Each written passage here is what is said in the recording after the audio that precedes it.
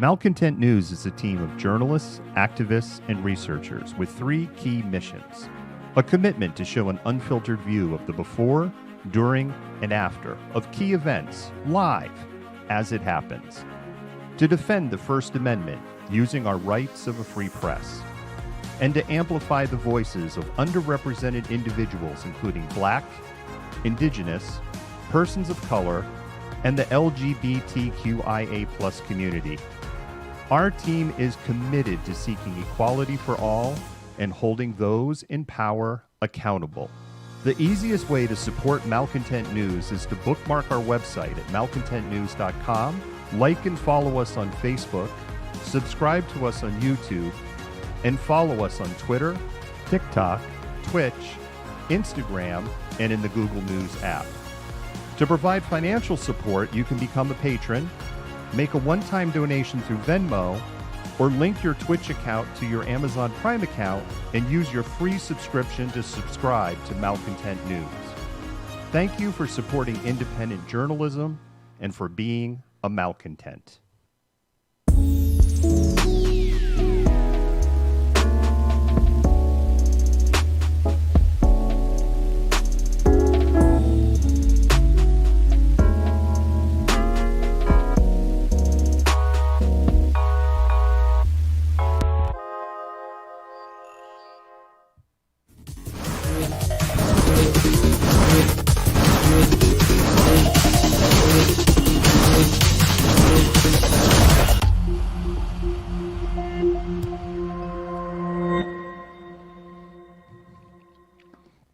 Good evening, Malcontents. This here is the Malcontent. Today is, I don't know, what is today? Today is Thursday, October 14th, 2021. How the heck is everybody doing? We got Shelly, we got Raymond, we got Dora, we got Ursa, Key Variable. We have all the usual suspects here on a semi-soggy Thursday night. It looks like it's going to be a more than, and we got Rashi. Looks like it's going to be more, and we got Wendy. It looks like it's going to be more. It looks like it's going to be more. Looks like it's going to be more. Looks like it's going to be more. Sorry, I skipped a groove. Frylock, where do you keep the pills? It's going to be kind of a soggy weekend, is what I've read. Hi. We have buttons. We have buttons again. It's going to actually warm up a little bit, although October's kind of sucked. Oh my God, just the Kiwi gals here, just in time for like totally hyper-focused local news night.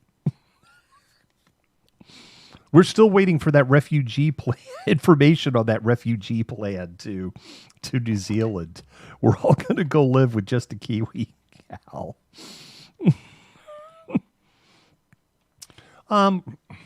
Showers here. The coast and north of here is going to be blech. So that's what it's going to be. Showers down in the Sound. North of the Sound is going to be blech, and the coast is just going to be really blech. All right, we've actually got a lot of ground that we have to cover tonight. We are starting a series of interviews done in collaboration with the Kirkland Chamber of Commerce. Our parent company is a member of the Kirkland Chamber of Commerce. I don't think that's a big secret, but I'm just going to put it out there that we're members of the Chamber of Commerce. Our parent company is. And we have been, I guess, 3 years now. Anyway, we do stuff.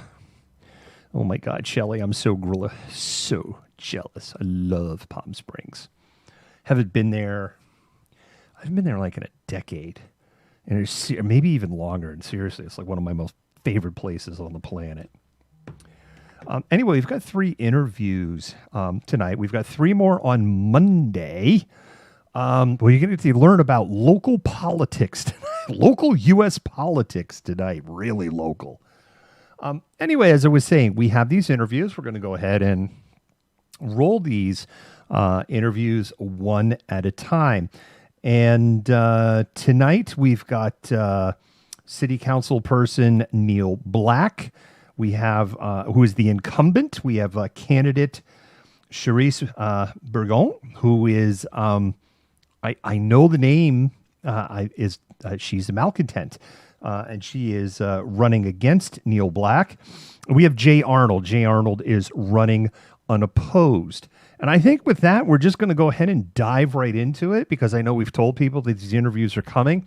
Interviews are also going to be available through the Chamber of Commerce. We're going to make them available on our website. That'll be tomorrow. So if you're looking for local voter information, we got you covered. Like local as in Kirkland local, as in like right here local. We got you covered. And with that, let's go ahead and roll that first interview with Neil Black.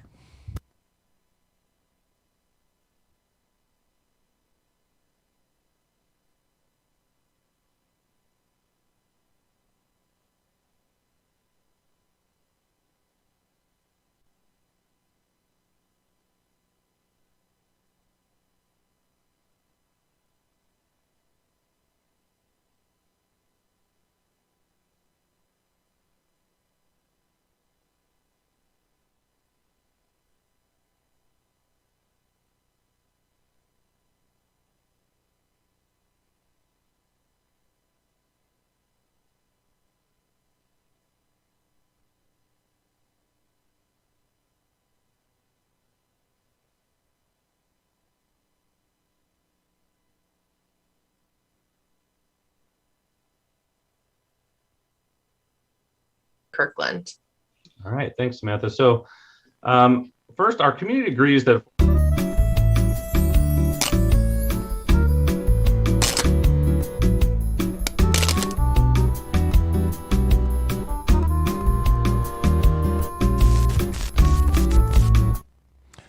Let's try Neil's interview again. There was a setting that was wrong. Let's start over things. Yeah, it hasn't happened in a long time. I only took one of these today. I should have taken both of them, apparently. Let's try it again.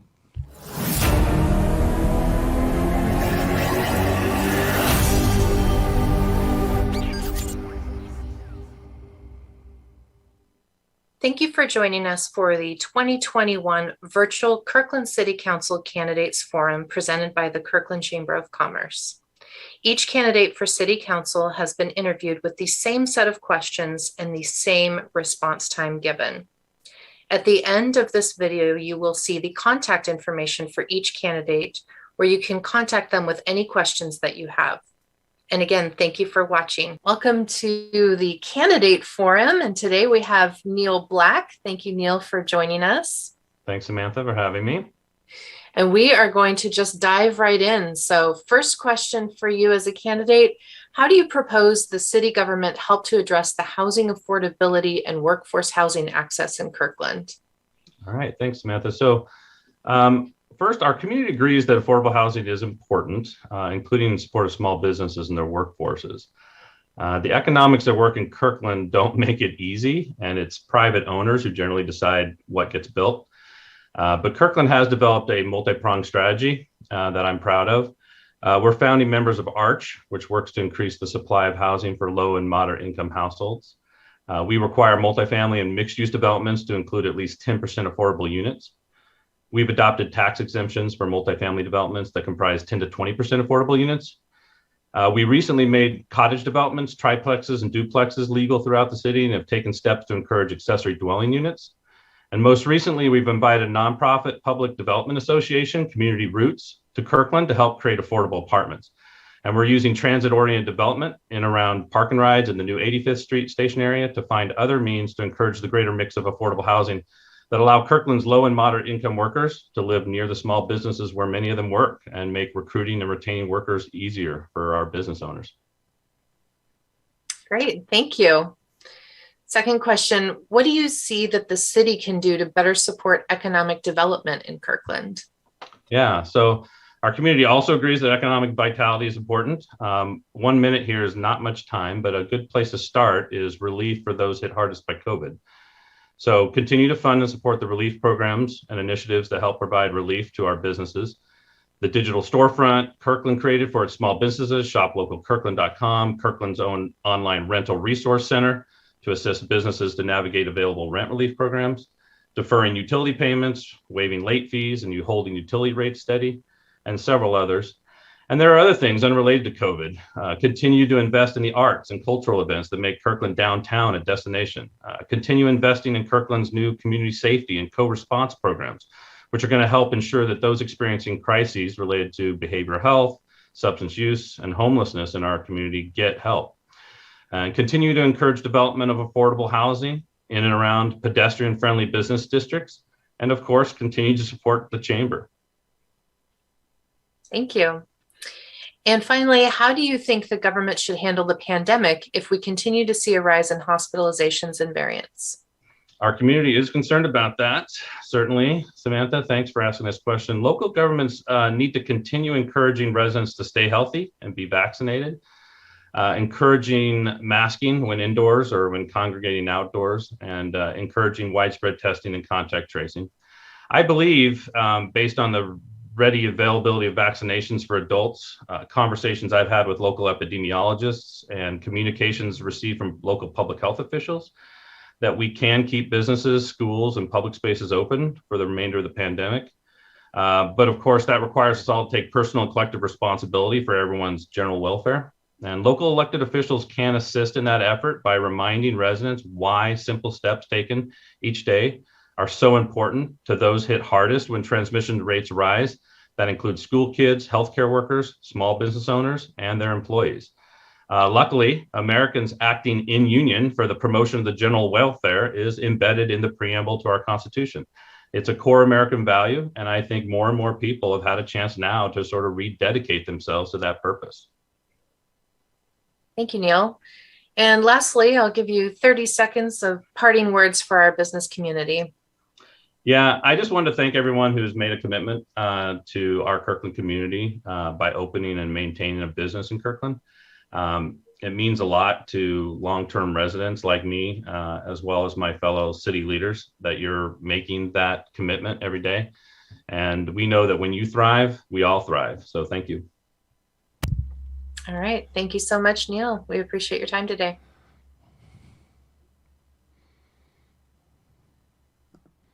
All right, that was Neil Black. Neil Black is he is the incumbent, so he is already on the city council here in Kirkland. I'm seeing some of the comments here. It's like, wow, he sounds sane. I've said this many, many times. Kirkland has its flaws. Every community has its flaws, and Kirkland has its flaws. But I do think that Kirkland is a very, very well-run community. I think it is especially compared to a lot of communities in King County, I think it's an extremely well-run community. Is it perfect? No. I've had people publicly and privately, you should run for office. You should run for it. I'm like one, I would never subject myself to the abuse that people in public office go through after covering politics one degree or another for 3 years. Like, there's not enough money in the world. That's number one. Number two, it's really not as glorious as people think. It is mostly boring. And the third thing is, candidly, if I were to run for, any office in Kirkland, I would have not much of a platform, because it would be like, we're kind of doing I like what we're doing. I wish we were doing more of it. That's my platform. You can't run on that. Anyway, that's Neil. So with that, let's go to our next. This is Neil's opponent. She is, this is Cherise Brion. I know she's a malcontent because I've seen her name around in the malcontent universe. So I know she follows us. I've met and interacted with you. And full disclosure, if you've known our coverage, you know that particularly when we've worked on charitable projects, the City Council of Kirkland has generally been supportive of our efforts in those space. So with that said, I'm going to go on to the next one. And this is Cherise. And again, this is Neil's opponent.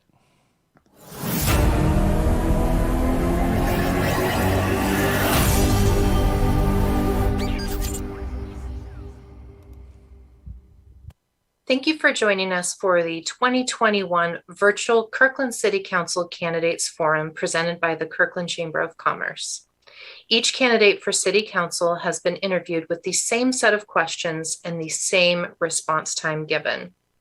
At the end of this video, you will see the contact information for each candidate, where you can contact them with any questions that you have. And again, thank you for watching. Hello, and thank you to Charisse Burgoyne for joining us today for our Candidates Forum.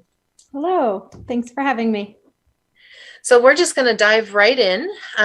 First question, how do you propose that the city government help to address the housing affordability and workforce housing access in Kirkland? Well, I think access is going to be a challenge just because the supply and demand, we don't have the supply for the demand that we have. But I think for the affordability, something the city can do is look into a stipend for our workforce to help kind of work with that cost balance. I know a lot of our places that are available for rent are well outside of a workforce salary. Great, thank you. Next question, what do you see that the city can do to better support economic development in Kirkland? Well, I think we started off with a really good idea with the Shop Local Kirkland website, and I think that can be further utilized into maybe going off into a third party and have business promotion through it. Also, to kind of clean up the data, I did go through, and there are some businesses that are no longer in business that are displayed on the homepage, as well as other businesses categorized that aren't necessarily the category that they should belong in, which would go to really help a new consumer to find the businesses here in Kirkland. Also, I think something that's really good is to have more foot traffic. So to maybe lessen the cost of vendor space for outdoor events such as our Wednesday markets, to do a year-long market. I know the Ballard community does a year-long market and it's very successful. We have the pavilion in the marina that's underutilized in our winter months that we could put kind of a rotation. It's a free and or low cost for some of those individuals in our area that want to go in and kind of see communities. So that's a way that we can get foot traffic down into the downtown core at least. And then for the broader of Kirkland to maybe do something like Woodinville, you know, not reinvent the wheel, but let's do a Kirkland passport. And what does that look like? And that could be, you know, we do a service passport or a dining passport or a combination of all of the above to help drive business to our local businesses. Thank you. Mm-hmm. And how do you think the government should handle the pandemic if we continue to see a rise in hospitalizations and variants? I think that's a hard one. And that is, I personally feel like at this point, the information is out there. The individual has all of the available tools to help themselves navigate this. And I think at this point, the government should take a step back and start allowing businesses and our civilian to make the choices to do what they need to do, what's best for them. Thank you.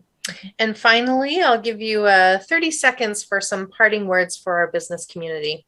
Well, hello, business community. I myself am a business owner, so I understand the struggles that we face day in, day out, and the struggles that we've faced with coronavirus mitigation. And I just want you to know the reason why I'm doing this is for you. It's for us to have a voice on council that understands small business, what we have to deal with hiring. And I just want you to know I'm accessible. You're always more than welcome to stop into my shop and say hello. You can find me out volunteering at any of the events that we have here in Kirkland, but do come to me and I will help with whatever I can help you with. Thank you. Thank you for joining us. Mm-hmm.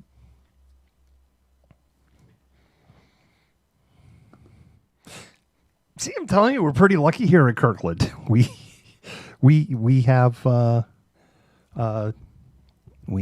sane people. Wow, Shelley's not happy. Ursinate not happy.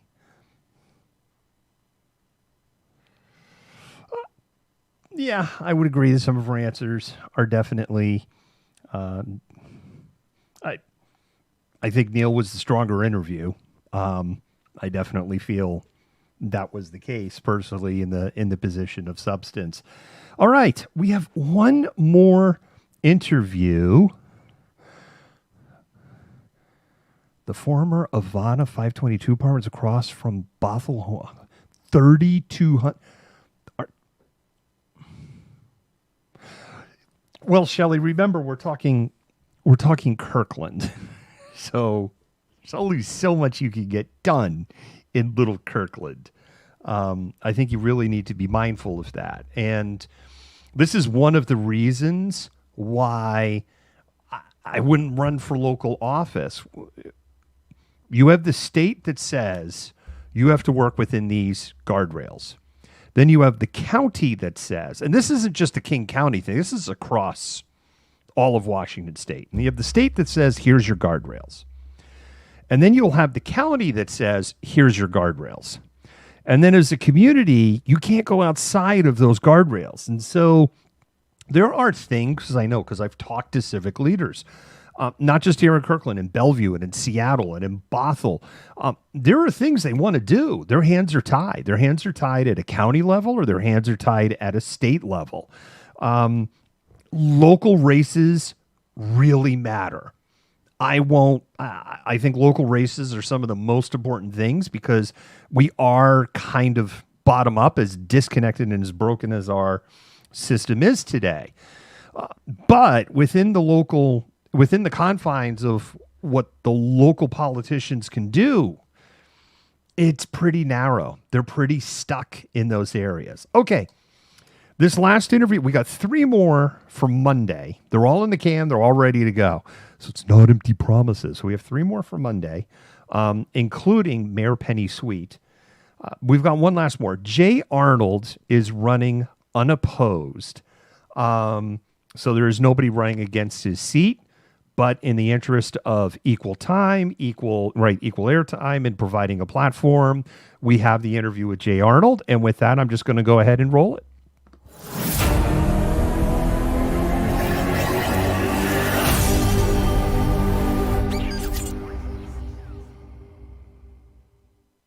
Thank you for joining us for the 2021 Virtual Kirkland City Council Candidates Forum presented by the Kirkland Chamber of Commerce. Each candidate for City Council has been interviewed with the same set of questions and the same response time given. At the end of this video, you will see the contact information for each candidate where you can contact them with any questions that you have. And again, thank you for watching. Today we have candidate Jay Arnold, current City Council member. Thank you so much, Jay, for joining us today. Thank you, Samantha. So let's just jump right in. Thank you for participating in our virtual candidate forum this year. First question right off the bat is, how do you propose that city government help to address the housing affordability, workforce housing access in Kirkland? Well, this is a conversation that's going on throughout the region at all levels of government. We're finally drilling down to the data on housing supply compared to workforce and income. And it's basically 3 tiers. At the low end, it's going to require funding, such as the partnership Kirkland entered into with Roots Housing and Microsoft. In the middle, we need to look at policies and incentives to encourage that more workforce housing is built as more multifamily is built, because at the high end, we're already producing what we need or more. We need to enable creative approaches and flexibility like the Arate building that the Kirkland Chamber is in. And we need to look at public sector opportunities like transit-oriented development at the Kingsgate Park and Ride, similar to what we did in South Kirkland. Council will be talking about this extensively during the 85th Station Area Plan discussion, which I hope can be a prototype whose approaches can scale down to redevelopment of neighborhood centers, but scale up to our upcoming comprehensive plan update. Thank you. Next question, what do you see that the city can do to better support economic development in Kirkland? Well, Samantha, we need to continue to highlight that the 425 is not the 206.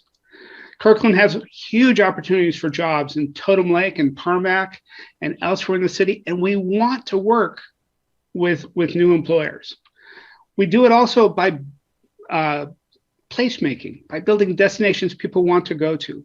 We're seeing this with the village at Totem Lake and its environs, paired with the investments that the city is making in Totem Lake Park and connections with the Cross Kirkland corridor. Downtown, as Kirkland Urban starts to fill out its set of stores and services, it's going to be a hub, but we need to integrate with the downtown, which is already a destination. Finally, community events and arts have always been part of Kirkland's character, and we need to expand both in the vision of what those can be, how they can incorporate the entire city, and also the calendar, how we can look at events happening year-round. Great, thank you.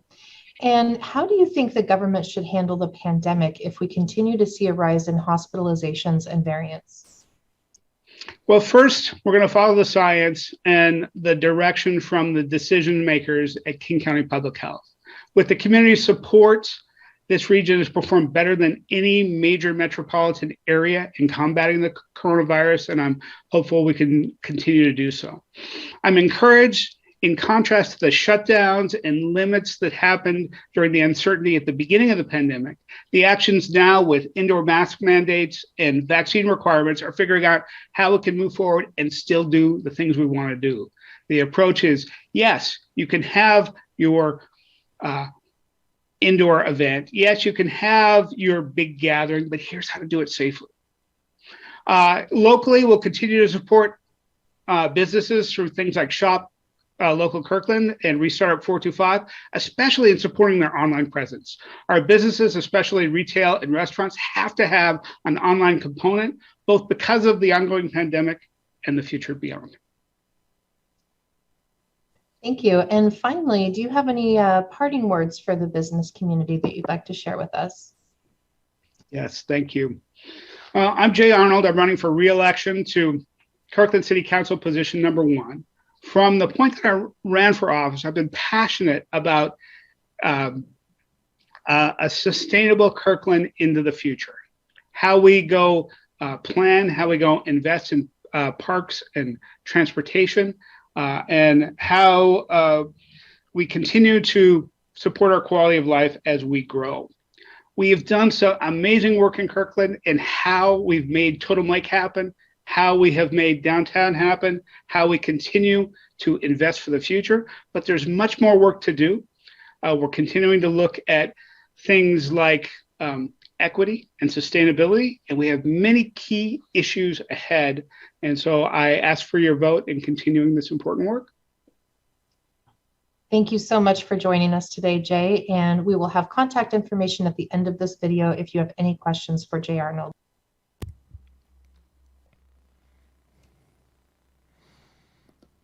See, that is like we have our act together again, right up to having an audio problem, one video. So Jay Arnold is running unopposed. There's nobody running against his seat. Again, I don't think that's apathy in Kirkland. I think that there is a general feeling that the city is pretty well run. And so this is why I believe, this is my opinion, on why we're not seeing a significant number of candidates that are standing up. So it wasn't a mute issue. It literally was a video configuration issue. It happens. Well, of course, Shelley, he's a politician. That's what, I don't know. Ursine, I don't know how long he's been in that seat. I know Neil Black recently elected. Penny's been on the council for a while. Jay Arnold is not Jay Arnold. The other person we're going to have on Monday. They're John Pascal. John Pascal is newer. I don't know. I think Jay's been on the council for a while, but I don't want to speak out of turn, if that makes sense. Anyway, those are 3 candidates. We did that in cooperation with the Kirkland Chamber of Commerce. We'll have 3 more. And then we're also going to have on Thursday, this upcoming Thursday, a more polarizing figure running for office in the Seattle race. We're going to have a video and an interview with one of the more controversial candidates over there. Ooh. And we're going to continue to be talking about COVID. And with that, we're going to... I think we're going to go ahead and do we go to commercial? Do we go to commercial? Go to commercial. I don't know. Actually, I don't think we have a commercial button. I don't think I can go to commercial. Hey, why not? We're going to go to commercial. Let's see what happens.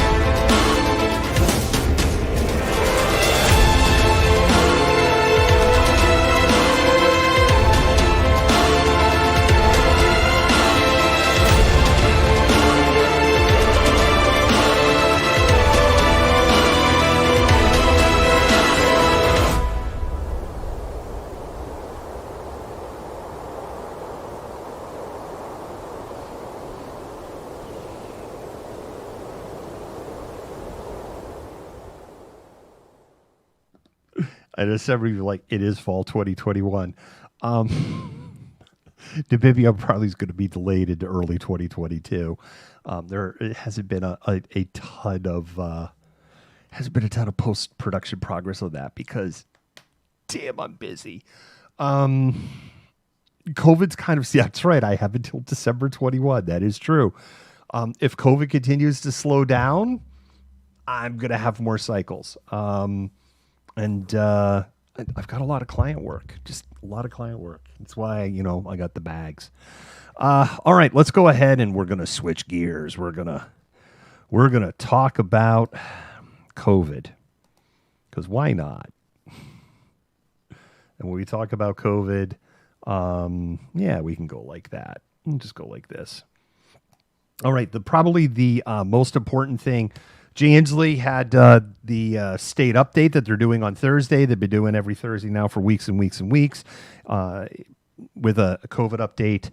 Monday, we knew that 89.5% of all state employees were vaxxed. Another 2.4% roughly had exemptions. And so we were up to 91.9% if you don't want to be super pedantic. We're now at 91.4% fully vaxxed, paperwork verified, and another 2.4% that have approved exemptions or accommodations, whether that's religious or medical. So if you're kind of doing the math in your head, we're pushing 94%. There is 5,000 employees in the state who have not submitted their vaccination information, have not submitted a resignation letter, have not submitted a request for accommodation or exemption, whether that be for religion or medical.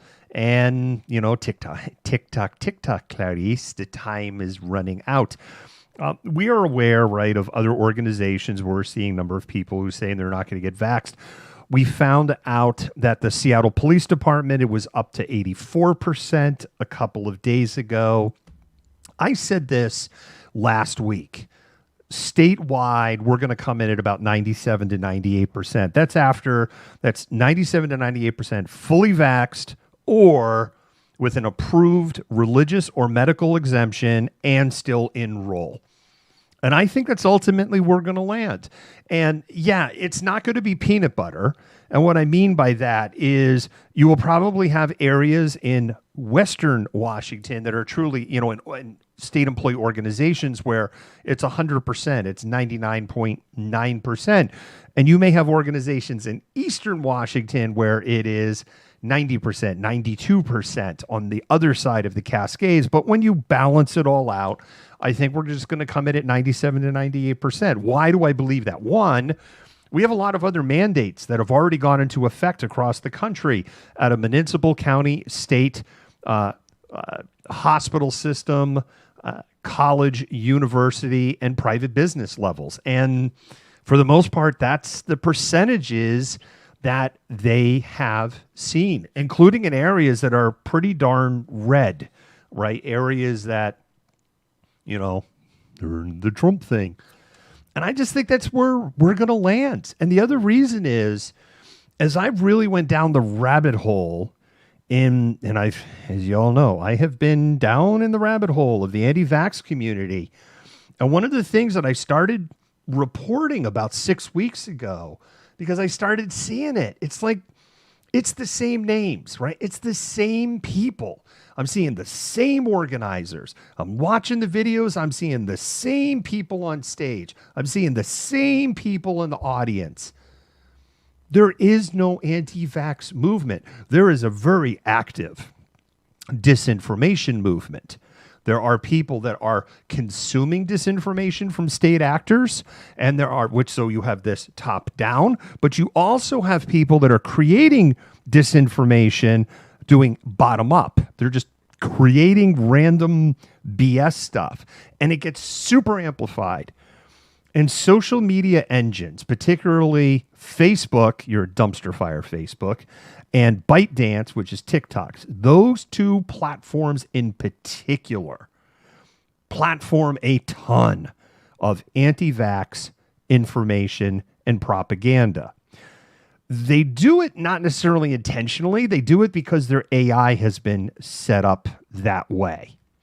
So on TikTok, I've kind of pivoted to doing a lot of stuff more around racism because the trolls can't get the stuff deleted. It's a lot harder to get our content taken down by pivoting on that, because you start looking like a real shitty company when you start taking down anti-racism materials. But one of the things that I've discovered is that if I'm on my FYP, it's like 10:30 at night, I'm going like this, and I'm going like this, and I'm going like this, and it'll pop up lives, and the live's got some, Confederate flag on there, and it's gross, and that's what I get because it wants to create outrage. Facebook does the same thing. Facebook wants to create outrage, so it creates it shows me a bunch of content to build outrage. And we know that. Same thing with Instagram. They're dumpster fires. And so when you're outside looking in, and not to mention for the anti-vaxxers, right, they're deep in their echo chambers. They say do their own research, but their idea of their own research is reading memes off of Facebook or Telegram or watch this video on Rumble. That's their research. And when you go, here is research. Oh no. Because, there's some grant, and when you try to point the rabbit hole out to them, like this is how far down the rabbit hole you have to be to actually believe this batshit crazy. Anyway, I'm seeing some of your comments there. We do have some video here of an anti-vax Seattle Police Department officer. He's refusing to get vaxxed. We've got some exclusive video of it. I just want to let you know that some of our viewers may find this content disturbing.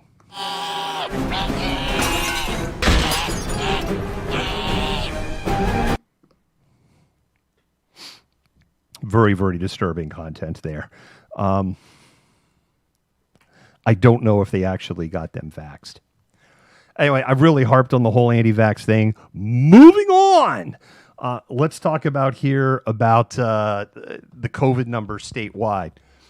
What are we seeing? We're seeing the same thing we've been seeing for weeks. The counties that have the highest vaccination rates have some of the lowest rates of COVID cases, while the counties with the lowest vaccination rates have some of the highest levels of COVID.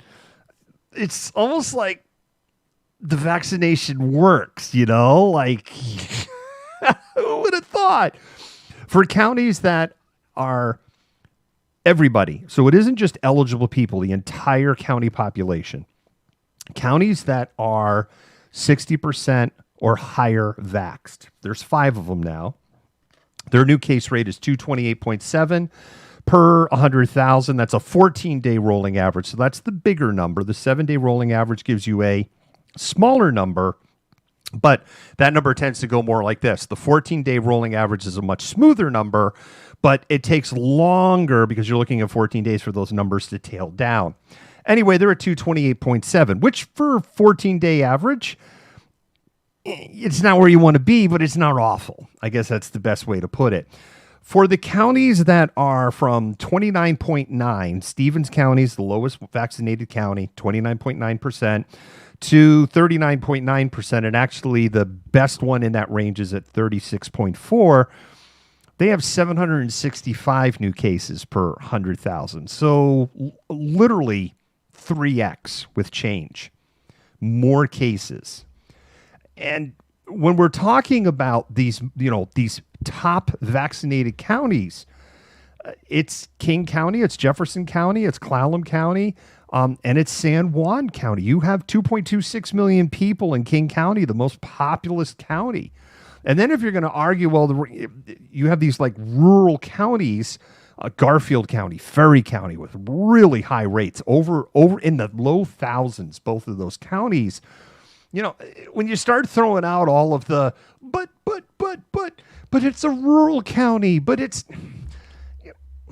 people are all spread out in Stevens. Yeah, people are all spread out in Island County too. San Juan County. And San Juan County gets a lot more tourists. And San Juan County has things very in common with Stevens County and Ferry County, these rural. Oh, Dr. and Mrs. Malcontent would love that I tripped all over that word. Rural counties in Eastern Washington. And here's the thing that's common here. When you're in a town like Kirkland, right? I don't know, we have 10 grocery stores, 15 grocery stores. We don't all congregate at the same store. When you're in a rural area, you're all going to the Walmart, the one Walmart. That's where everybody's going, and that's where the whole town goes. And and I know there's not a Walmart in the San Juans. It's an analogy. Don't roast me on this. And so if everybody's showing up in these same places, you got one person sick. Wow. So they have the same traits. All right, I beat that one into the ground. And yes, if you go through the next ranges, the more vaccinated you get, the lower the numbers get. Generally speaking, there's outliers in all of that. The good news is rates are going down in the state of Washington. We're now significantly below where we were in August 17. August 17, it's been almost 2 months. August 17 is when it's like, all right, we're going to have to start covering this on the daily because holy crap. And we started covering this on the daily. Proof of vaccination is going to be needed in the state of Washington starting November 15 if you want to go to any large event anywhere. So what does that mean? If you're over 12 years old, you are going to have to provide proof of vaccination or a negative test. It can be PCR or rapid. If you're going to an indoor event with more than 1,000 people or an outdoor event with more than 10,000 people. A nuanced question I would really like to have. There's a nuanced question, really nuanced. Like, this is the autism coming out.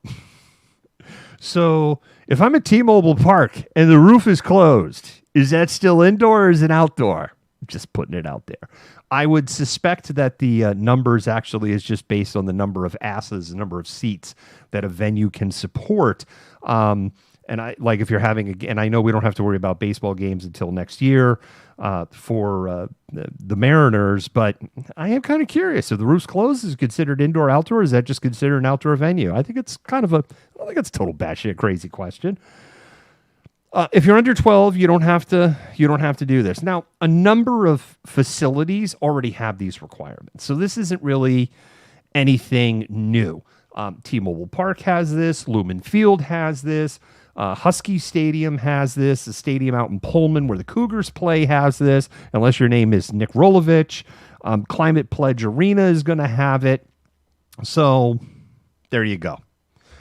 As of November 15, it's going to be statewide. The reason that they decided, the state's justification for doing this is that There's been a degree of confusion. It's uneven, and so they're just going to make it even everywhere.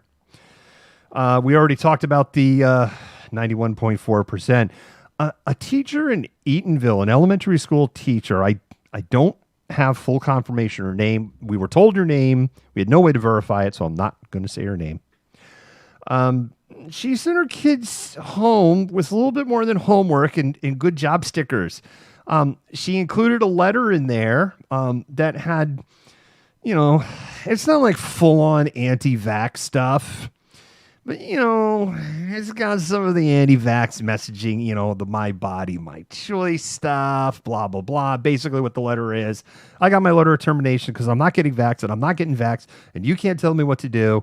And when they go to hire me, you should be asking a lot of checks because they may hire an ex-murderer to replace me. I'm not saying they are, but, fear. Are they actually going to do a background check on who they hire to replace me? Because maybe they won't. I'm not paraphrasing too far away from that. I'm seeing the comments like, oh, boo-hoo. I have some quotes for you. I am not sure what the Eatonville School District has planned for filling my position or the countless other positions that will be lost on the 18th.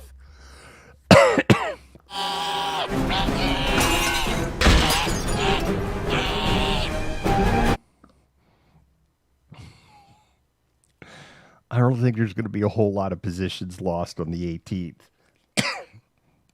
because we already know what the numbers are. But please remember, you are your child's first teacher and number one advocate. We'll disagree with the end of that statement.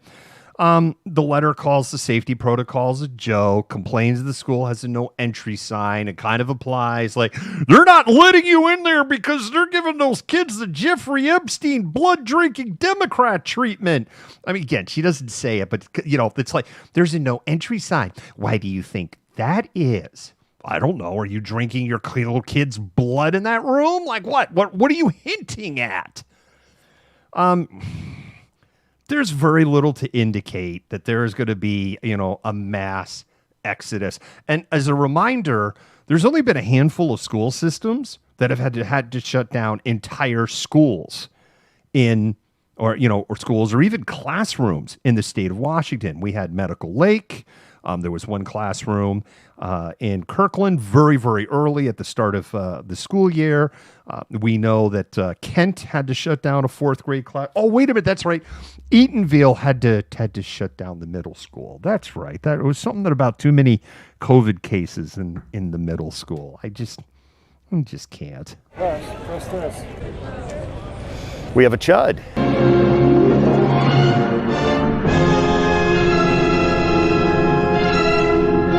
Definitely have a chud. Chud. Cannibalistic, humanoid, underground dwellers. Chud. It's a cannibalistic humanoid underground dweller. These are chud. Cannibalistic humanoid underground dweller. A cannibalistic humanoid underground dweller. A chud, all right? Chud. There you go. I got that. I haven't done that in a long time, have I? Got that out of my system. On travel advisories, we're continuing our travel advisory for the Eastern Hospital region. That's Adams, Assenton, Ferry, Garfield, Lincoln, Penderell, Spokane, Stevens, Waka. Somebody's got to tell me how to pronounce this. Waki. Oh. I'm so sorry. I speak perfect American. Wakiakum.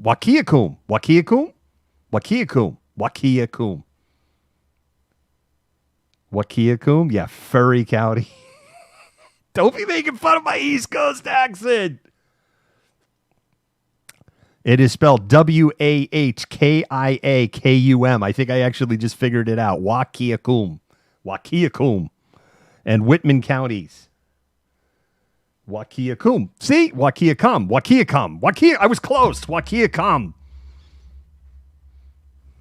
It's not coom, it's cum. Wakiakum. Oh my.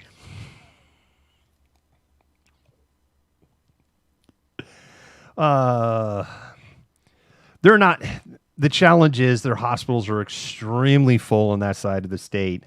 They're getting overflow from Idaho. They're getting some people. And the issue is you have a heart attack, you have a stroke. It's not that you're going to face crisis standards of care. It's just you may wait an inordinate time for care. You may end up getting a very expensive air ambulance trip or ambulance trip back over to the west side. And so that's why we have this recreational travel advice. It's like, no, just no right now. The other ones that we have is actually for the Olympic Peninsula, Clallam, Jefferson, Kitsap, and Mason, which is basically the entire Olympic Peninsula. We don't have a full-on travel advisory there, but quite frankly, their hospital numbers on the Olympic Peninsula are every bit as bad as in Eastern Washington. Well, how come you don't have a travel advisory there? The reason we don't is because the West region, which is just south of there, is actually in really good shape. And in terms of total number of ICU beds, total number of acute care beds, total number of possible hospitals, if you go east, the Puget Sound region isn't in terrible shape. It's stressed, but it's not in terrible shape. So you're much closer to broader resources. So we don't have a full-on travel advisory, but what I will say, it's like, this isn't, don't be going to parachute school on the Olympic Peninsula. I guess that's the best way to put it. It's not a good place to go hold my beer and watch this. The last thing in our travel advisories, Alaska, Idaho, Montana, Wyoming. These should be hard nosed. 20 of 31 hospitals now in Alaska are operating on crisis standards of care. Almost 20 of 31, including all of the largest hospitals in the state. It's not good there. Idaho will be 1 month in crisis standards of care on Saturday. 1 month. And there's no end in sight. Montana, like their largest hospital, Billings Clinic in Billings, Montana, their ICU is at 175% capacity. And in Wyoming, multiple hospitals have asked permission from the state to declare crisis standards of care. So all of these states are really struggling. And all of them except for Alaska have, Alaska's vaccination rate is in the bottom 50%, but Idaho, Montana, Wyoming are like in the absolute basement for vaccination rates. And Alaska and Idaho in particular have some really batshit crazy people calling the shots there. Let's talk about booster shots. Moderna FDA panel today said, there should be a low dose booster available for people who got Moderna.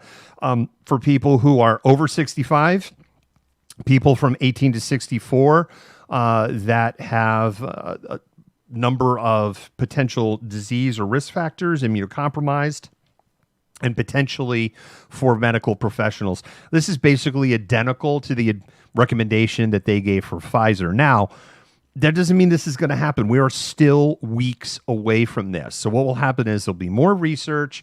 The CDC will have a panel discussion. They will hold a vote, and ultimately the CDC will decide. Tomorrow, the FDA is going to talk about the Johnson & Johnson booster. Johnson & Johnson is real interesting because, we ran the story with, hey, Johnson & Johnson, here we've got data. And I'm so glad we did this when we did the story where I was like, they just said they did a research. They didn't give any numbers, any data, nothing. It's just the data's coming. Trust us. You know how many people Johnson & Johnson did the study, a 6-month study on boosters for? 17 people. That is not a valid study. Straight up. It is not a valid study. You do not have a representative sample size for the number of boosters. Hey, 17 people, the numbers went up. Okay. Did your researchers start out with 17 people? Which I find really hard to believe. So I'm like, no. And see, this is why when people are like, you're just up the ass of big pharma. I know, I'm up the ass of truth. I like truth.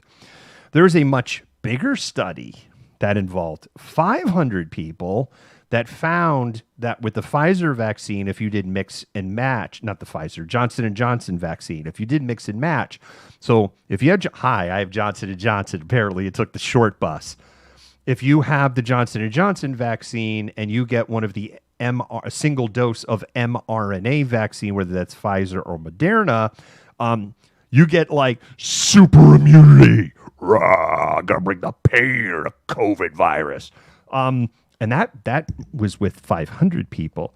So it'll be very interesting to see what they conclude out of this. I personally, I'm not thrilled at all that Johnson & Johnson thinks submitting a study with 17 people.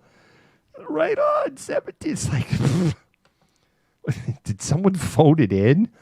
It's just gross. King County, you're 87.3% vaccinated of eligible people, at least one dose. We've already talked about hospitals, schools.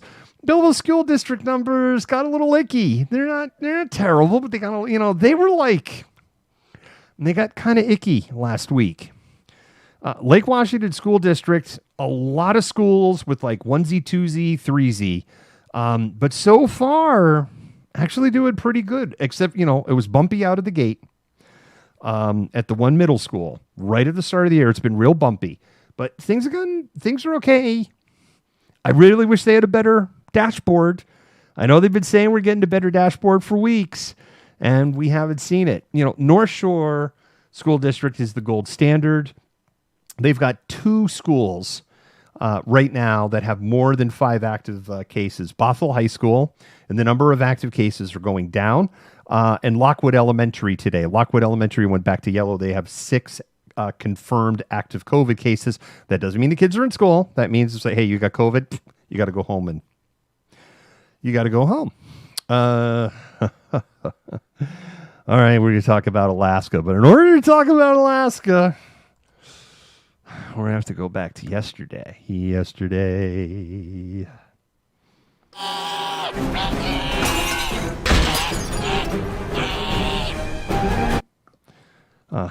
That's the Alaskan Republican Party. They're trying to vaccinate them right now. And also, we're going to talk about people submitting phony vaccination requests. We're going to talk about that also. I get to push the vaccination button one more time, too. Let's talk about Alaska. So things were looking a little better for Alaska last week. They hit this peak. They had the highest case rate on the planet. Forget the United States. If Alaska was its own country, they had the highest case rate on the planet about 2 weeks ago. And it went like this, and it started going like that. And it's not going like that anymore. It's actually turned and gone the other way. What's really concerning that it's turned and gone the other way is that in Anchorage, Alaska, where they have this mayor that Press this. We have a chud.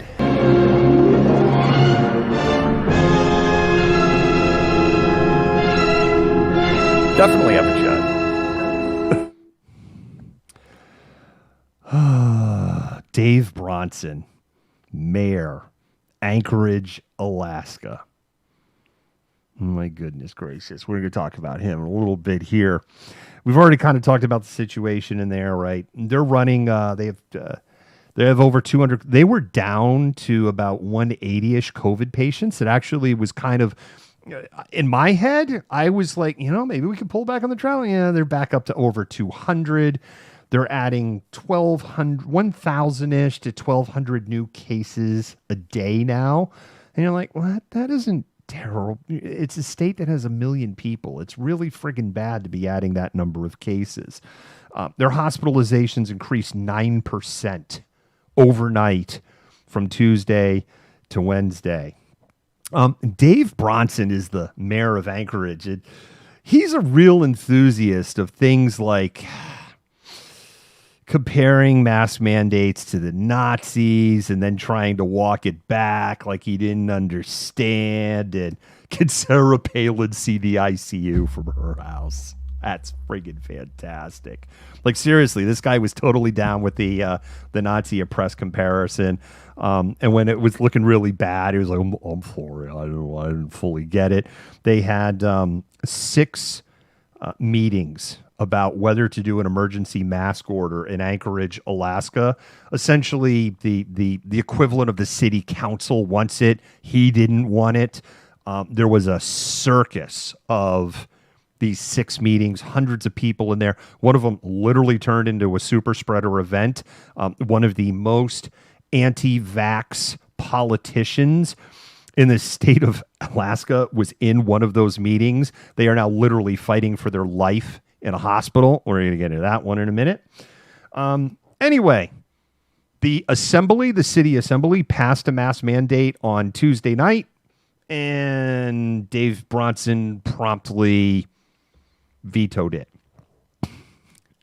And, the hospital in Anchorage, the biggest hospital there, has been in crisis standards of care for weeks.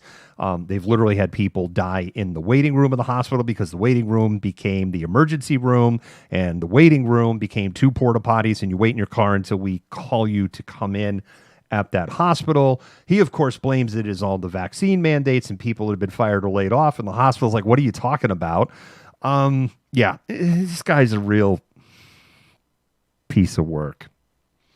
So anyway, he vetoed it, and I don't know what the hell's going to happen now. I don't even know, if the assembly can, or the assembly, I would think, could override the veto, because that's typically a pretty American thing, but Alaska has weird politics. Yeah, so it gets better. Anchorage Assembly member Jamie Allard, who is a ivermectin fan, anti-vax, anti-mask.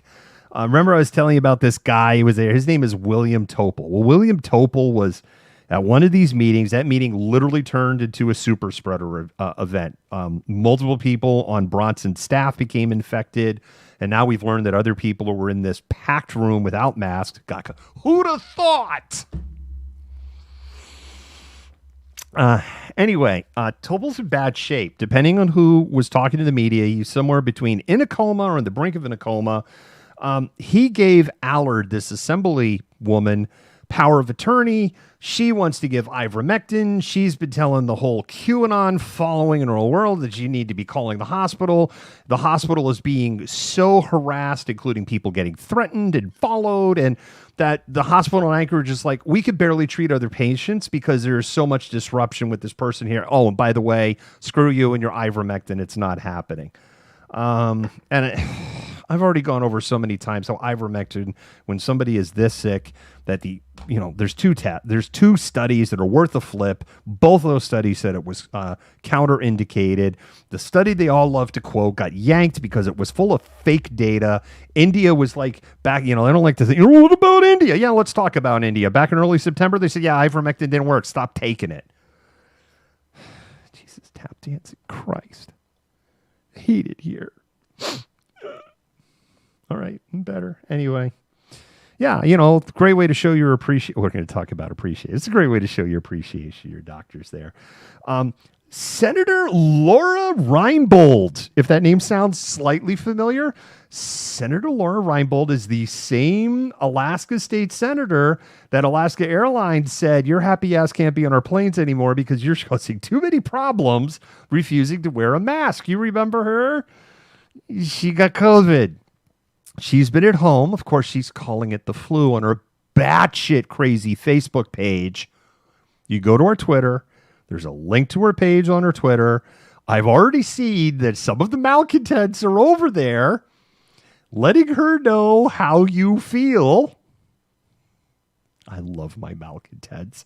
I did not encourage this activity in any way, shape, or form, but I was very amused to go like, oh, I see the malcontents have showed up. Yeah, she's the same one that wouldn't get on an airplane. I actually commented on one. It goes, well, it looks like Alaska Airlines was right not to let you on any airplanes. And I don't think she's going to be on any airplanes anytime soon.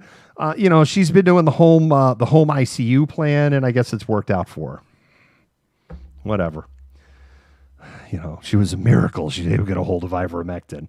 I can't get FedEx to drop off a package in the right fucking place in the driveway, but she can get ivermectin in the middle of nowhere in Alaska. All right. Alaska's a dumpster fire. End of that one. Let's talk about what a dumpster fire Idaho is. Idaho's still in crisis standards of care statewide. Idaho government only reports hospitalization data like twice a week. They're doing the Montana thing. I've noticed that the state of Idaho is like, if we don't talk about the numbers and the data that much, it won't seem that bad. So they're not talking about it. They do have 175 people in the ICU. That number, again, goes back to Monday. Idaho only has 170 ICU beds. So the fact that they have 175 people in the ICU is kind of a problem. They're in full-on crisis standards of care. Let's remember here, they asked for volunteers. They brought in government contractors. They asked for federal assistance, and they activated the National Guard. And they're still in crisis standards of care, almost a month later. And here's the other thing that I'm seeing in the Idaho numbers, because I saw the Idaho numbers starting to go down, and their hospitalization numbers have been going down. Yeah, their new case numbers, it's actually worse in Alaska. Their new case numbers are actually going like this. They like hit, and they're going the other way. They're going in the wrong direction. They're approaching 15,000 new cases a week right now. I know I ran the math on that today. Every 10 days, at the current rate of new cases, every 10 days, 1% of the state of Idaho is catching COVID.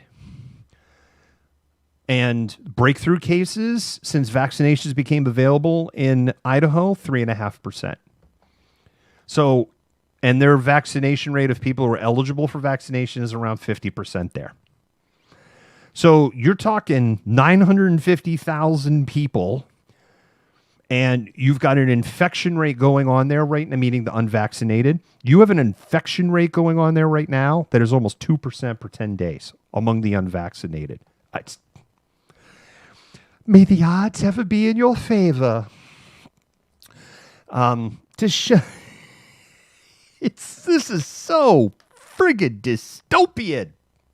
This is next level dystopian. St. Alphonsus is one of the biggest hospitals in Idaho, in Boise, and yesterday, thousands. Yes, you heard that right. Thousands of people protested outside this hospital.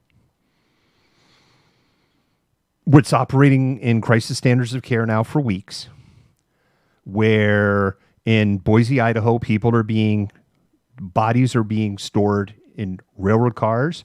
Bodies that would normally be cremated are having to be embalmed so that they can store them without refrigeration because the morgues are all full. They're having to use the railroad car because they already used up the mobile morgue that they got. Yeah, this is the same Boise, Idaho. Thousands of people protest. I don't know how the doctors and nurses still show up for work there. I don't friggin' get it. And they were protesting against vaccine. Because, protesting outside the hospital makes all the sense in the world. But it's okay, because in dystopian news of the day, Governor Brad Little has declared on October 14th that October is Healthcare Worker Appreciation Month in the state of Idaho. I'm not making this shit up. There's a story in one of the local news stations today about how people are, making the handwritten signs and bringing up cookies and baked goods and the lukewarm pizza in the break room and putting up, setting up tabs in the hospital cafeteria. You know what the hospital workers there are saying? They got more grace than I do, because I know what I would say and would have F and U attached to it. So all I can say is get bent. But no, they're not saying get bent. We really appreciate this. Thank you just so much for showing us all of this appreciation and all. But you know what? I'm so fucking busy trying to keep people from dying in this overcrowded hospital where we have no support from you assholes that I don't even have time to eat the chocolate chip cookies that you brought us. But thank you so much for bringing them. How about you get a friggin' vax and wear a mask? They're not saying the last part, but they are we're saying, it's so wonderful. I'm too busy to enjoy any of it. I probably work 8 or 10 hours sometimes a day before I can even see a bathroom. But thank you so much for the cookies. It's dystopian. And then Republican lawmaker Tammy Nichols yesterday posted a meme that was a modification of a Walking Dead poster that, quite frankly, if I put up on here, we would probably get kicked off the air on Facebook, that advocated violence against journalists, educators, conservatives, universities, business organizations. You know, she's going to take a barbed wire wrapped baseball bat to them and burn it all down because Idaho. You're a dumpster fire, Idaho. I thought Florida was a dumpster fire.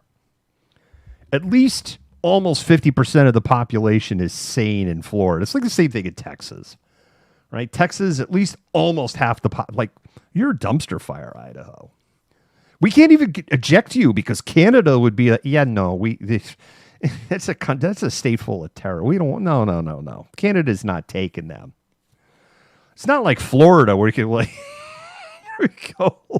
Hey, Columbia. You want Florida? It'd be pretty recognizable to you there. They even have a lot of drug trade there. It'd just fit right in, Columbia. How about you just take Florida off our hands? We can't dig a trench. I'm an advocate. There you go. That's my platform. If I'm elected to office, I'm going to dig a trench along the Idaho-Washington border. And I'm going to fill it with gasoline, and I'm going to light it on fire. And it'll be the most environmentally friendly gasoline available. This will be a green fire, and it will employ thousands of Washingtonians to continue to pour gasoline to burn in that trench to make sure that we are safe from Idaho. Montana's an equal dumpster fire. And Montana's like, when it comes to data, like the Montana state, we're not tracking anything. This just doesn't exist. Yesterday, they had 510 COVID patients in the hospital. It was a new record. Today, they had 479. And of course, it's like, hey, that sounds like really good news. My gut tells me that's not because 31 people magically got better overnight. And I mean that sincerely. Dora, I don't know why they went there. I don't know. And yeah, I know St. Luke's is the biggest one there. I know that St. Alphonsus is one of the biggest ones there. I don't know, Dora. I just, oh my God, I just see what you're missing, Kiwi. Just a Kiwi gal. You see what you're missing here? I'm sure you just want to come visit. I already talked a lot about Montana, but seriously, the Montana government just like doesn't release numbers. Anyway, you got that. American Airlines and Southwest Airlines told Governor Greg Abbott to go take a long roll off of a short dock. Ha ha! Funny joke. Basically, they're in a battle there because they've initiated vaccine mandates. Greg Abbott has said no vaccine mandates. And Alaska Airlines and Southwest Airlines said, smoke you, we're doing vaccine mandates. He can't tell us what to do, which of course then it goes, who really runs the country and the state? But that's a whole separate issue for another time. And Wyoming's a dumpster fire. They haven't updated their hospitalization numbers now in 2 days. And that's a little weird because actually Wyoming's a shocking state. They're really good with their data. They're better than Washington State. Seriously. Wyoming's data is better than Washington State, and on things where they've had gaps, they've jumped on it. The press in Wyoming was kind of on the state government going like, hey, you're not showing the numbers for unvaccinated versus vaccinated. They just added to the dashboard last week. They're pretty responsive from a data tracking standpoint. I'm kind of impressed with their dashboard. Like South Carolina, I'm super impressed. And I'm just like, man, Washington State, come on. Same thing. It's like Washington School District. We got Microsoft, we got Google, we got Facebook, we got all these tech companies. This is the best we could do. Heated here. All right, the last one is we did a video on TikTok. By the way, If you're here from TikTok, hi, thank you. Over 12,000 followers. Like, we picked up like 6,000 followers, more than that now, like 8,000 followers. We picked up something like 8,000 followers on TikTok in a week. More than doubled. We more than doubled our followers. Like, who the hell are you people? A lot of them came from this educational video about unemployment of all things. And I kind of found my voice over there on TikTok. So anyway, if you're here from TikTok, hi, this is the other side of the dumpster fire. And we would love to do lives in the thing, but it's not cross-platform, and I would need a dedicated mod and other people. And if you're here from TikTok and you're interested in being a mod like on TikTok and helping coordinate comments and stuff, we could include the show on TikTok. But right now they're not integrated with Restream. Restream said for months they're going to do it. We have a video up there that explains religious exemptions and what applies and what don't. We also have a story up on Malcontent News that outlines the three main, hey, this is how I can get a religious exemption. One of them is deeply held beliefs. The second one is objection over HEK 293, which we outline as basically bullshit. And then the last one is, which really ties to people that follow Christian faith, it's the mark of the beast, and I'm not going to put the mark of the beast on me because I have deeply, and we outline why that one's bullshit. That one's actually fascinating why that one's bullshit. I dove down that well. I was like, wow. There's like, this is stuff I wasn't taught in religion class in there. There's some cool shit that I learned here. Well, I'm going to drop one little bit of nugget on you. Who here among the malcontents knew that the Greeks delayed the Olympics one year by a full year because Emperor Nero, when he was alive, was like, hey, I want to compete in the Olympic Games because, like, badass. And the Greeks were like, cool. We're going to hold everything off for a year so you can trade and show up. How many people knew that? It's actually a really important tidbit to the whole Mark of the Beast story because it shines a lot of light on what John the Elder probably was considering. Two things that we want to talk about. There's one story that we amplified. Well, I know some people are like, oh, you did. It's like, no. Nurse NYA, Nurse Naya. She's a TikTok creator. This is really on her. Very early when this story broke, we happened to find out about it. You know, I made a video because I'm like, oh, you're from Washington State. You work at one of the hospitals that we've actually covered and where I've talked to people at this hospital before. This isn't cool. So basically, there was a young lady who used to, now you got the punchline. She used to work for Skagit Valley Health. She doesn't anymore as of yesterday. She put a video up on TikTok that said, fuck a vaccine. That's the title of the video.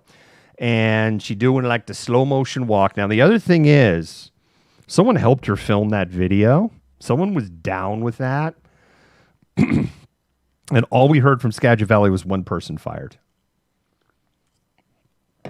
Let's talk about all the things that she did that were stupid.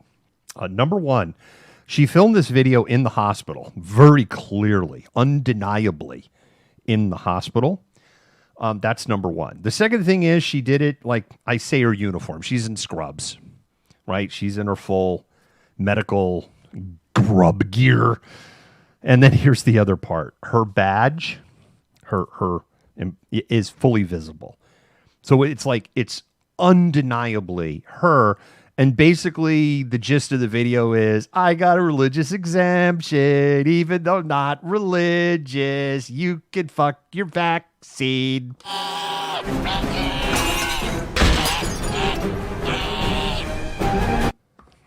Yeah.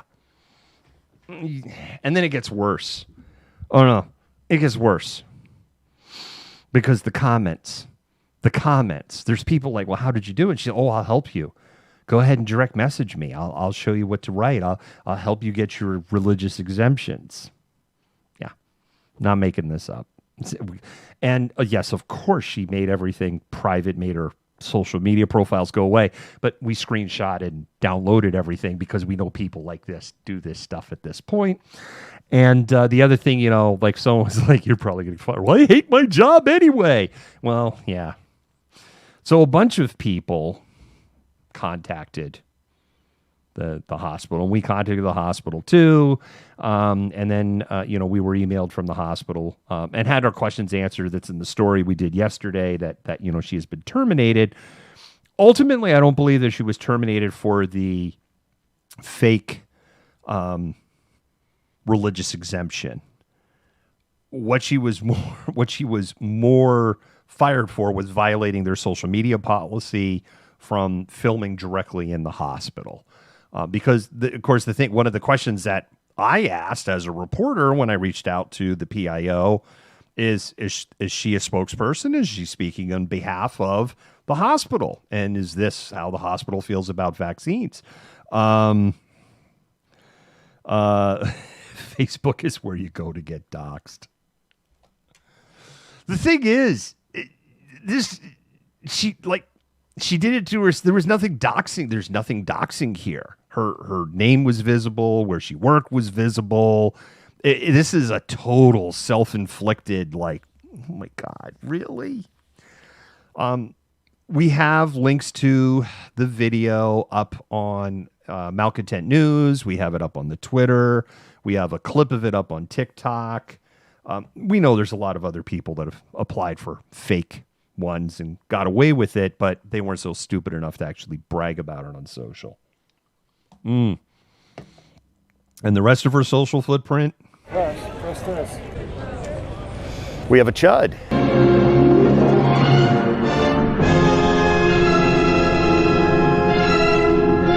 Definitely have a chud. Chud. Cannibalistic, humanoid, underground dwellers. Chud. It's a cannibalistic humanoid underground dweller. She totally outed herself. Thank you, mods and admins, for the link to Malcontent News. By the way, spam those hearts. Let those mods and admins know that you really appreciate all the hard work that they do, because they work really hard. It's time to spam those hearts, particularly if you are watching us on Facebook. Twitter, I think, doesn't allow you to do anything except for watch us. You can't comment. You can't do anything. It's like, what the fuck, Twitter? What? YouTube, you don't get anything special either. But if you're on Twitch, you can use our magical, amazing emoticons that feature me and cans of soup and Yoda. And, oh my God, Jennifer, we miss you and Jennifer. All right. Anyway, we've talked about that.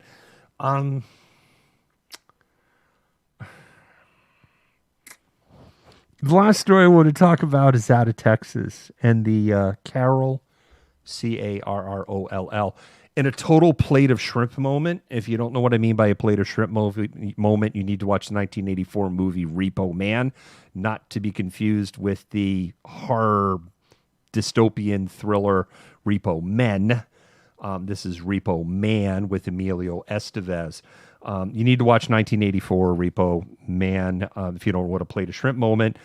The individual we're talking about, her last name is Carroll, Carroll, in a total like a weird moment. And I just realized this. In Carroll Independent School District, there was a meeting yesterday where it was brought up that as part of the curriculum, they're going to be adding a book that teaches about the Holocaust. And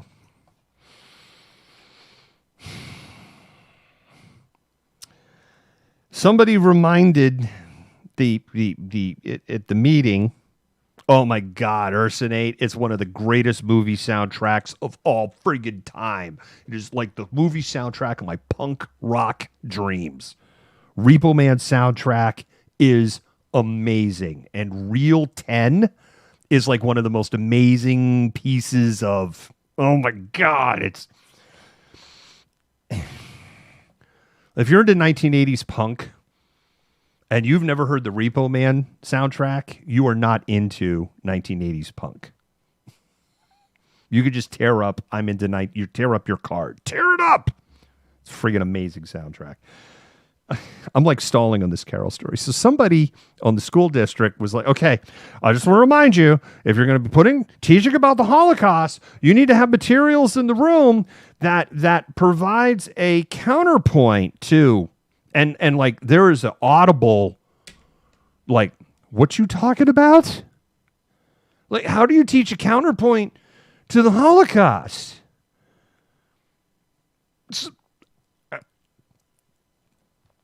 I really was. How do you put a positive? There's no. So they're going to platform white fascist, white nationalism, anti-Jewish propaganda as a counterpoint. I mean, how do you counterpoint the Holocaust, Texas? What the hell is wrong with you? And you send it in. They said it out loud. They said it out loud. This, this wasn't like, this isn't a meeting. This isn't, like two people talking in a bar, which would be gross in itself. Like, we're putting this in the open. What? You're going to be teaching about the Holocaust. You're going to have some counterpoints to that. You're going to have to, what's the counterpoint? I'm trying to figure out where this is. The Carroll ISD is in the Dallas-Fort Worth Metroplex because, of course, it frickin' is. It is by Texas standards. It would be because in Texas, space and time in Texas is friggin' weird, y'all. But it is in the Dallas-Fort Worth Metroplex. It's a pretty fair distance from Arlington. I don't know. I guess Fort Worth is a little closer. A little. But yeah, it's in the DFW. It's like, this isn't some podunk.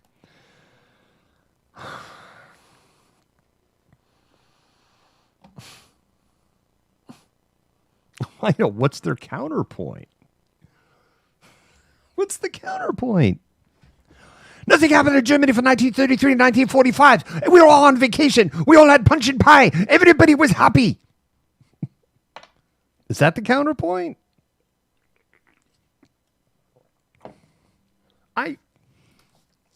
What's wrong, Texas? Who hurt you? Who hurt you, Texas? Show me on this pig where you were touched.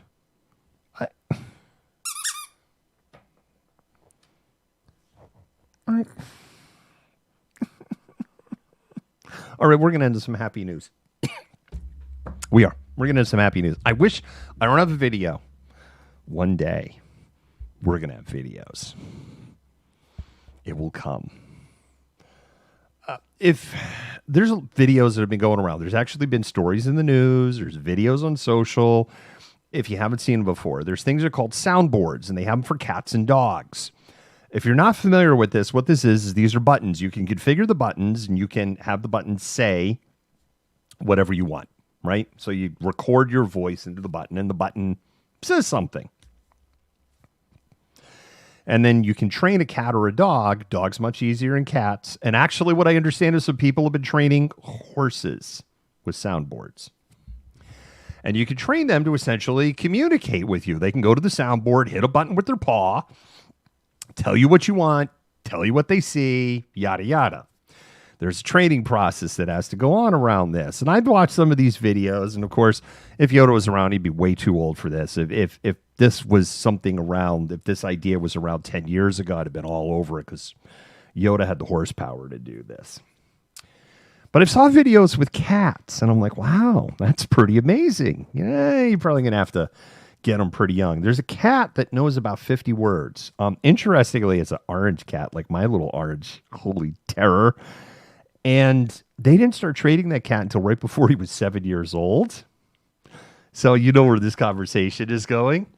School is in session at the Malcontent household, and the cat is being taught the buttons. So the first thing you do is you just got to get them used to the button. You need to get them to the idea of this button's going to get you. There's no sound. There's no nothing. It's just, see this? Good things happen when this is around. And so you start conditioning around the button. And of course you do this as you would do with any animal. If you do X, you get Y. If you do it now with a dog, much easier than with a cat. And I read and I did research on the cat, and basically what I was told was you might hit some brick walls. The cat just might not be into it. I'm like, I don't know. My little orange fur ball is definitely a cat, but he does like to make me happy. And he's completely mental for turkey. Like, seriously. Like, it's Father, please bestow upon me more delicious turkey, I beg of you. I will stand on my hind legs like a dog and humiliate myself. I will sit here and look at you lovingly just for a piece of turkey.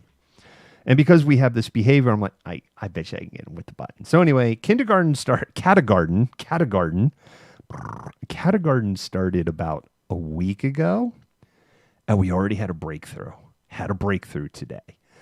And this morning, when we were because I try to do it 2 or 3 times a day. And this morning, now he didn't push the button, but he sat, he put his paw, he pushed the button down, and he just held the button down. And then he's just kind of looking at me like, is this what you want? You want me to touch the button? Is that it? Okay, I'm touching the button. So do I get turkey now? That's a huge breakthrough. So if you're wondering, so what's the training process? Now we introduce sound, but we don't introduce a word. The other thing, if you're listening to this, you're like, oh my God, I'm going to start doing this. You don't start with food. If you've ever seen any of these soundboard videos where you have a cat or a dog and they're just like, the treat button, treat, right? They're just destroyed. It's because they were started with food. You don't start with food as the first word.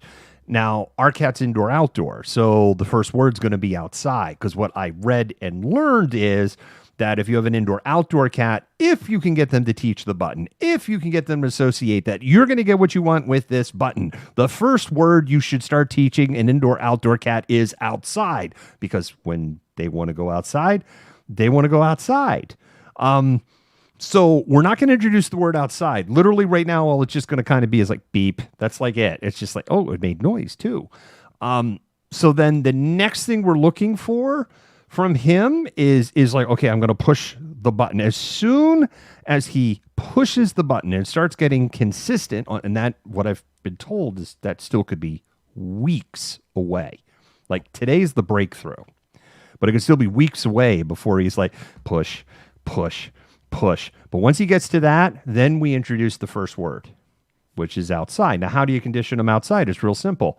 You push the button outside, open the door, and then it's literally just conditioning. Oh, the button says outside. I get to go outside. He already knows what the word outside means. And then if all goes well, it could take 2 or 3 months. But one day, going to hear downstairs, outside, because he's pushed the button. It's like, oh my God. And when we get to that point, what I understand is it actually gets a lot easier. And then you can do 2 to 5 words a week. 2 to 5 words a week. And we already have words in our head that we want to teach, because some of them are going to be humorous if we could teach them, because I have a sick brain.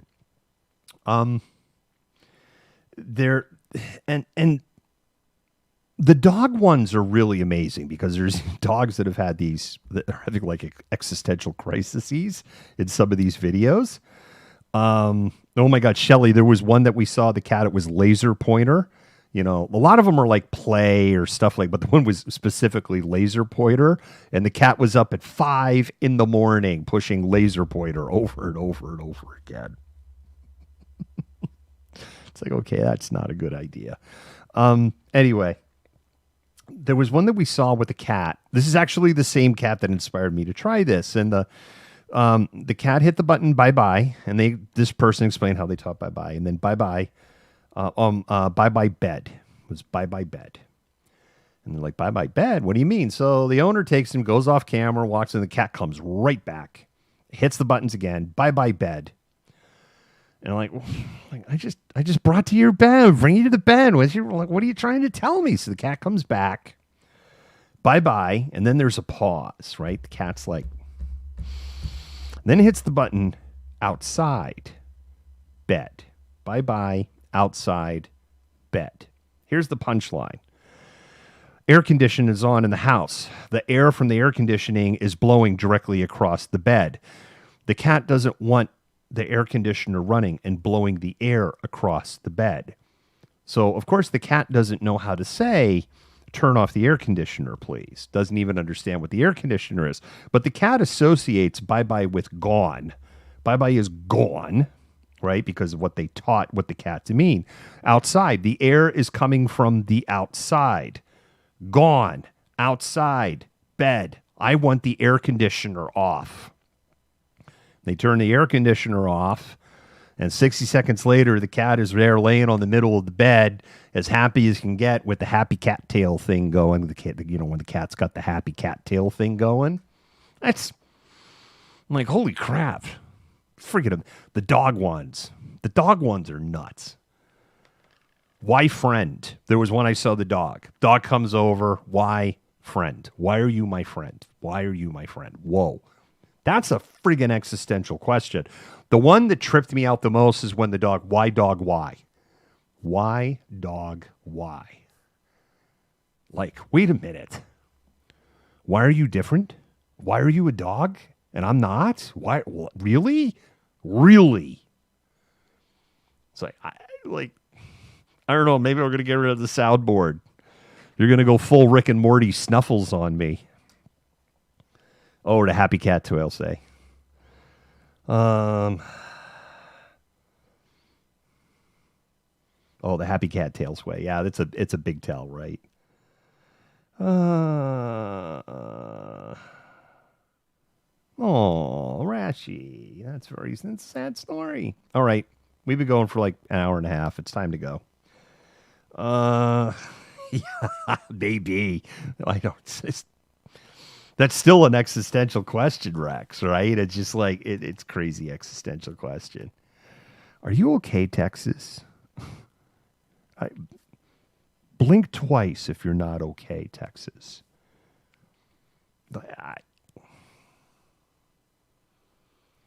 Democrats in Texas, do something. Do something. Like, holy, do something. Or the Republicans that chose in there, just secede from the country and go back to being the great state of Texas. Just get it over with, please. Just remember, you don't get to keep all the federal troops and the other stuff that are in the border. It doesn't work that way.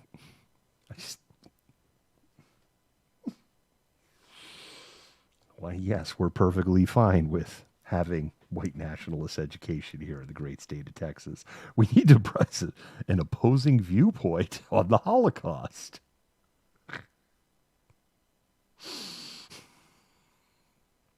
I'm laughing so I don't cry.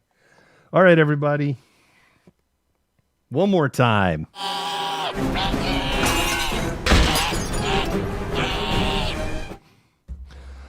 All right. And with that, malcontents, we're going to close with a little clip from our favorite street preacher, Matthew. And I'm going to say, malcontent out. You're the white devil, bitch! Damn! Malcontent News is a team of journalists, activists, and researchers with 3 key missions. A commitment to show an unfiltered view of the before, during, and after of key events live as it happens. To defend the First Amendment using our rights of a free press. And to amplify the voices of underrepresented individuals including Black, Indigenous, persons of color, and the LGBTQIA+ community. Our team is committed to seeking equality for all and holding those in power accountable. The easiest way to support Malcontent News is to bookmark our website at malcontentnews.com, like and follow us on Facebook, subscribe to us on YouTube, and follow us on Twitter, TikTok, Twitch, Instagram, and in the Google News app. To provide financial support, you can become a patron, make a one-time donation through Venmo, or link your Twitch account to your Amazon Prime account and use your free subscription to subscribe to Malcontent News. Thank you for supporting independent journalism and for being a malcontent.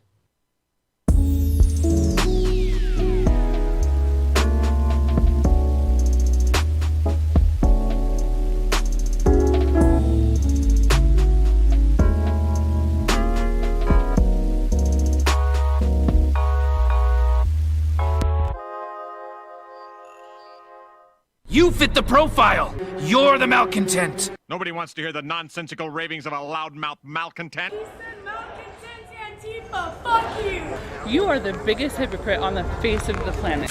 I say that you're a terrible reporter. That's what I say.